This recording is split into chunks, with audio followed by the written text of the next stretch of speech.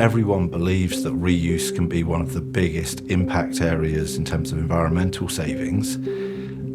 People don't believe that it can actually be done. The supply chains within FMCG industry are set up for single use. So when you're putting something that is very different or perceived as very different into that supply chain, it's like pulling a thread on a jumper, and you have to keep going throughout that supply chain so that you understand each part of the infrastructure of where does that returnable packaging go next, where does it go next in its journey, so that you follow that circular loop until you get that piece of packaging back. If you shop anywhere, whether that's a grocery store, bricks and mortar, or whether that's online, you would struggle to find anything that's in a returnable package. So if it's not available to you, how can you change? The more places you experience the same system and the same returnable packaging process, the more likely the consumer is to A, buy it again, but B, most importantly, return the packaging. As the Ellen MacArthur Foundation report has highlighted, the more standardisation and collaboration in a reuse returnable packaging system, the greater the environmental benefits and the greater the commercial benefits as well. We have perfectly designed a system over the last 60, 80 years called the single-use system that creates profit and waste. We've designed packaging as a service where we can lease returnable packaging at the same cost as single-use packaging. It's taken several years, but what it has done is it's given us the opportunity to have competitors to come in a pre-competitive space to work collaboratively together from all parts of the infrastructure, and that's pretty unique. So the barriers that we have tackled over the last 5 years have been based on the barriers, or as we prefer to call them, excuses, that organisations have given us of why they can't transition to reuse. It's an extremely simple process. At the point of purchase, you pick the product right off the shelf, you take it to the till and take it home with you. Once you use the product and you have the empty bottle, you bring the empty bottle back to store. You walk right up to our return points, which are in aisle right next to the product offering. You scan the QR code, which is on the return point. You then scan the QR code, which is on the empty bottle. It's usually at the base of the bottle.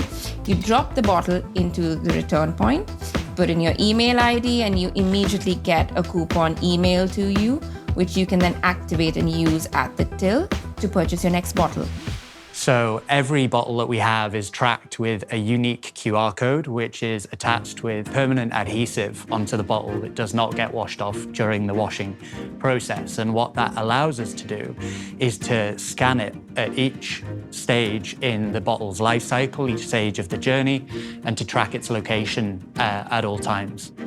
We've developed an R&D facility that can wash 2 million units a year, so it's a lot bigger than R&D, where we've proven that we can wash packaging without any additional chemistry with 100% pass rate.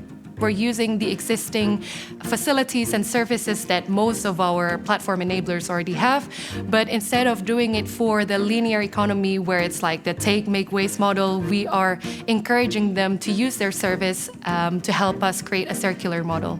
We're developing the know-how and the platform of what works with a view to global scale. It's not that Reposit will be a system that's available in every country, but the know-how can be transferred and locally adapted to the local market requirements to enable them to transition to reuse as well. So we began with 8 own brand home care products for M&S and moved them from single-use plastic packaging to returnable, reusable Reposit packaging, primarily in aluminium. And that's really where all of it began. The fact that M&S started with 6 stores with little to no marketing or PR, and customers were engaging and customers were buying it, and then M&S scaled, should show that it does work. So I think that's the reason why it has to be collective action between retailers, brands and consumers, because if we don't all come together, we're not going to unlock those benefits. I think it's becoming clearer when we think of net zero targets, when we think of the UN's Global Plastic Treaty, for example. They are trying to understand what is the environmental impact and how do we transfer that into the financials so that it's a level playing field. And that's really what we are in the midst of.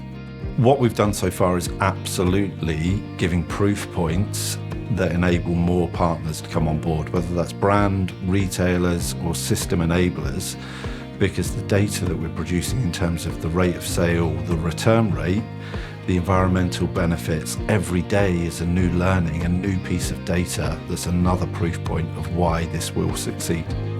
I believe there is a huge opportunity and a movement of organisations ready to take action.